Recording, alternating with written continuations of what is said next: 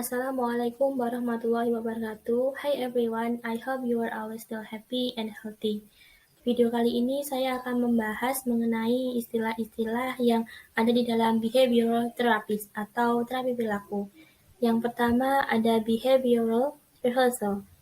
Cara pengucapannya behavioral rehearsal, yang artinya latihan berlaku.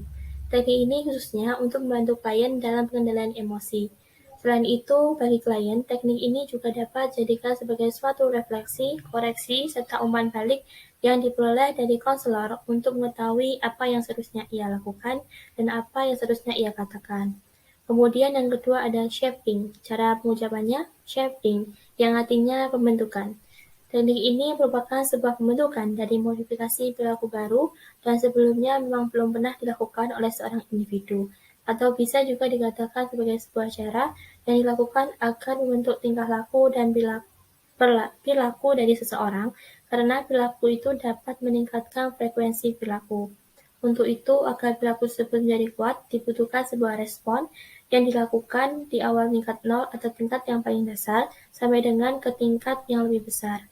Contohnya, seperti saat orang tua mengajarkan anaknya berbicara, saat awal kalimat yang keluar dari mulut bayi terkadang jauh berbeda dengan apa yang diajarkan oleh orang tuanya saat mengajarinya berbicara. Saat hal ini terjadi, biasanya orang tua dapat memperkuat perilakunya dengan sebuah rangsangan, yaitu pelukan, ciuman, ataupun pelaian. Kemudian yang ketiga adalah extinction.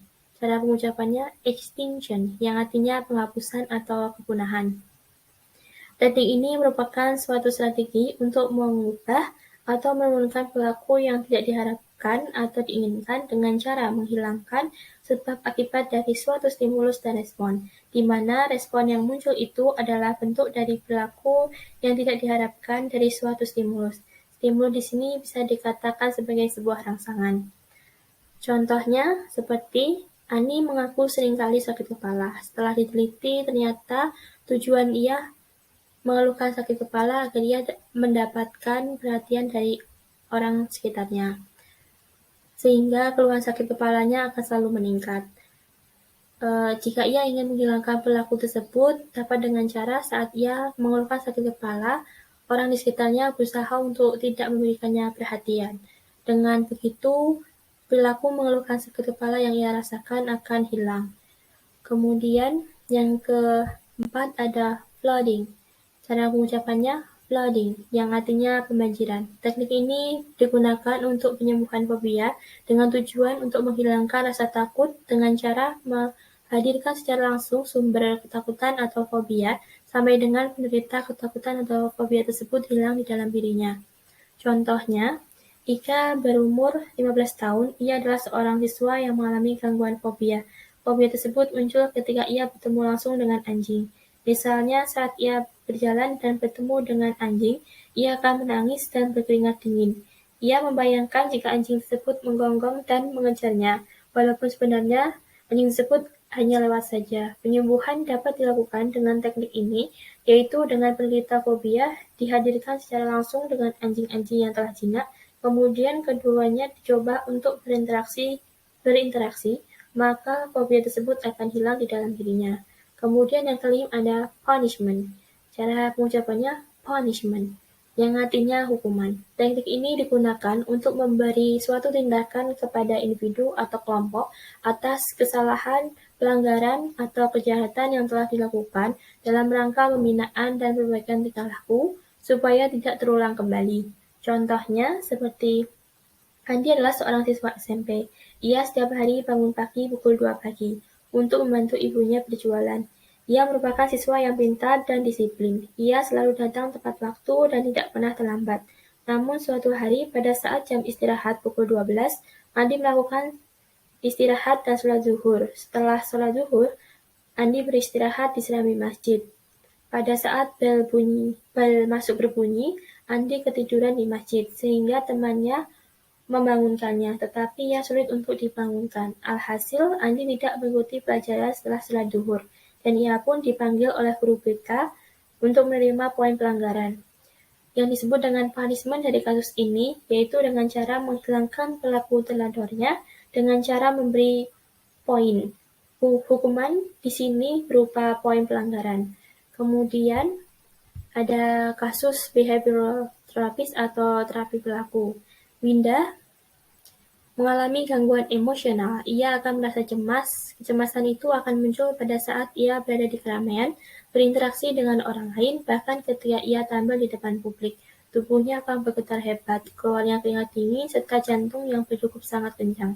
Gangguan ini diakibatkan karena semasa kecilnya, ia selalu menjadi bahan bully oleh teman-temannya karena fisiknya. Dari situlah gangguan kecemasan itu terus jadi di dalam diri Winda. Winda ingin menghilangkan gangguan kecemasan itu agar ia dapat dengan mudah berinteraksi dengan orang lain.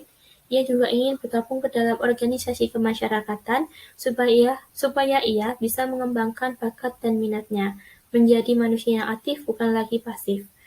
Teknik terapi yang dapat digunakan dalam kasus ini yaitu dengan cara 1.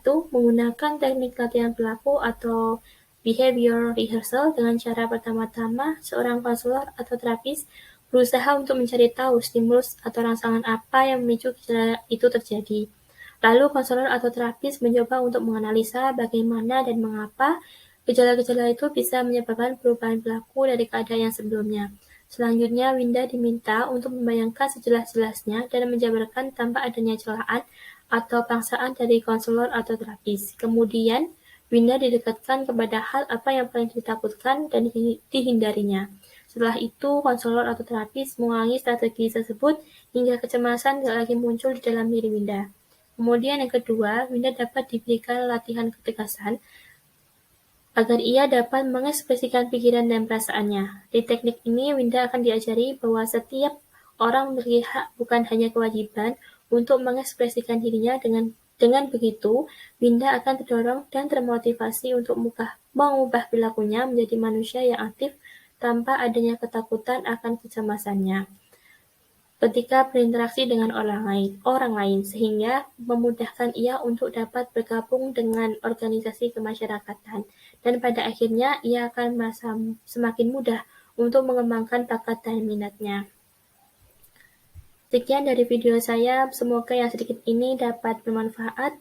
Thank you for watching my video. Wassalamualaikum warahmatullahi wabarakatuh.